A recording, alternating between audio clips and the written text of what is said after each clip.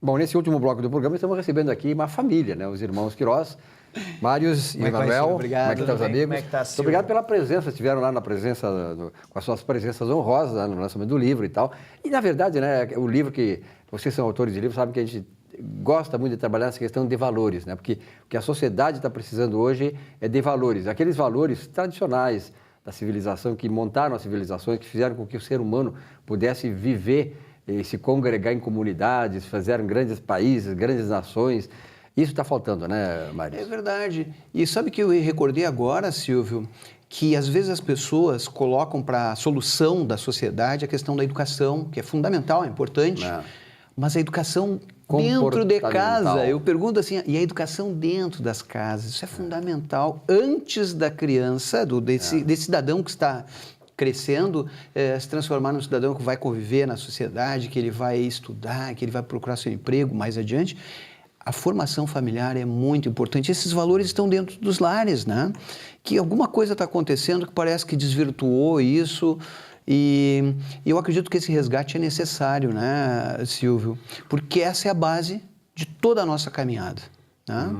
Então, nós estamos aí, estamos felizes de podermos compartilhar contigo ideias muito semelhantes, porque o nosso trabalho tem muito a ver com a mudança de comportamento, com a busca de uma sociedade mais civilizada, né? As pessoas parece que ficaram um pouco brutalizadas.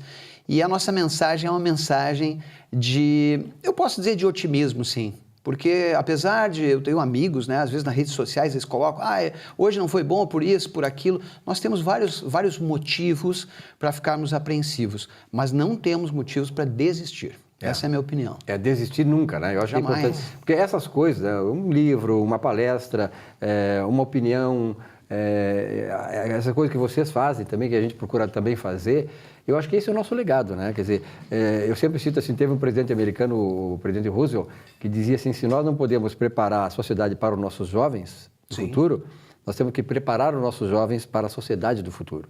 Né? Então, isso cai muito bem nessas coisas que nós colocamos, né, Emanuel? Exatamente. Então, nós temos aí uma mudança de comportamento que ela é normal em todas as sociedades ao longo do tempo, mas existem a construção de valores. Porque eu me lembrei agora do teu livro, que fala sobre a Reforma Protestante. O que aconteceu? Naquela época, muitas pessoas achavam que os valores antigos iam morrer. E Martinho Lutero trouxe novos valores positivos, né? Então, ele resgatou naqueles valores que estavam se perdendo. Ele resgatou e, claro, criou uma nova mentalidade. Com certeza. Em cima daquela base que já existia dentro da sua sociedade. E gerou até uma guerra, né? Uma guerra entre o poder constituído e o pessoal que abraçava essa reforma. Então, eu gostaria que você que está em casa, você pense bem. O livro ainda é um instrumento muito grande de transformação da nossa sociedade, de criação de valores e de conhecimento. Então, o nosso querido Silvio aqui falando da Reforma Protestante, foi dado um passo gigantesco para a nossa humanidade, no momento em que um autor, em que um teólogo lança um livro com uma nova visão de um assunto que já era conhecido. Foi muito bacana, Silvio. O teu livro ele é muito interessante. Eu que gosto muito de história e também da história do Japão, inclusive nessa época da Reforma Protestante, os portugueses estavam chegando no Japão, né? É verdade. Aliás, a época da Reforma Protestante, ela foi logo em seguida o fim da Idade Média e tal, ainda vem do Renascimento, etc. E ali é que estavam as grandes, o começo das grandes navegações. Né? Sim. Então, a Itália, por exemplo, Gênova era um grande porto de navegação e de lá saíram aqueles que conquistaram a América, conquistaram o mundo, enfim. E a civilização, uma coisa interessante que eu até eu acabei falando lá na palestra, muito assim, é que, por exemplo, o que é uma civilização?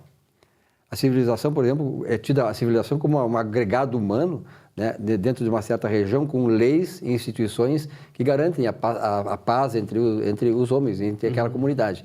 Isso é tido como uma civilização. As grandes civilizações do mundo foram, em primeiro lugar, a egípcia, depois e o Egito. Por que o Egito foi uma grande civilização? Porque o Egito, como nós sabemos, era uma dádiva do Nilo. Né? O Nilo tem 2 enchentes por ano. Quando ele enchia, ele tornava aquelas terras inférteis em terras férteis. A outra civilização é a mesopotâmica, que fica lá entre o rio Tigres e o Eufrates. Sempre tem água, né? Para que uma civilização desenvolva. Vida, né? Vida. Isso. Depois a civilização hebraica, que tem até hoje a civilização hebraica muito desenvolvida, mas a civilização, ela se transforma, ela se aprimora, ela se molda através de valores, e isso é importante. Sabe que quando tu falas sobre essa questão específica dessa época, da subsistência através da natureza e tal, e toda essa transformação me faz lembrar a importância da prosperidade na sociedade. É verdade. As pessoas precisam prosperar, elas precisam mostrar para a sociedade o seu valor como cidadão, como indivíduo, porque todos nós temos, assim como nós falamos sobre autoestima no nosso trabalho, tu sabes bem, não só no nosso trabalho de palestra, no livro, né?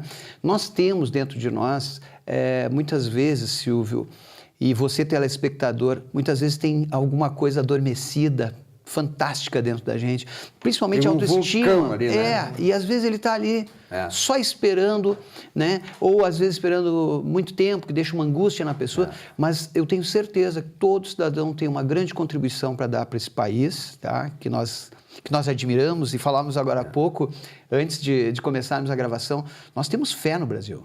Nós acreditamos que esse país vai sim se transformar numa grande potência, porque ele já tem todos os indicativos.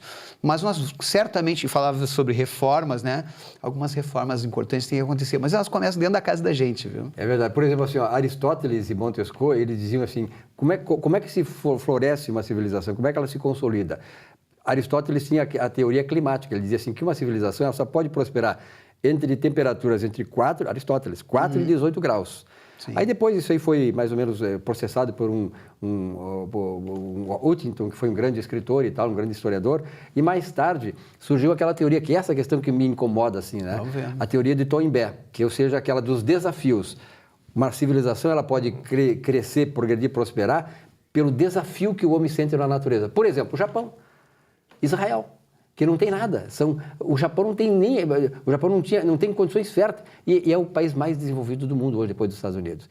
Grandes outros, porque se faz através da mentalidade da pessoa. Não é só a questão climática, geográfica, não. A questão é da mentalidade. E hoje eu vejo que as grandes civilizações, elas que prosperam e se mantêm, aquelas que têm mentalidade de prosperar. Porque, afinal de contas, e veja o Brasil tem todas as riquezas, todas as condições climáticas, geográficas e tal, para progredir e prosperar. E, no entanto, o que falta?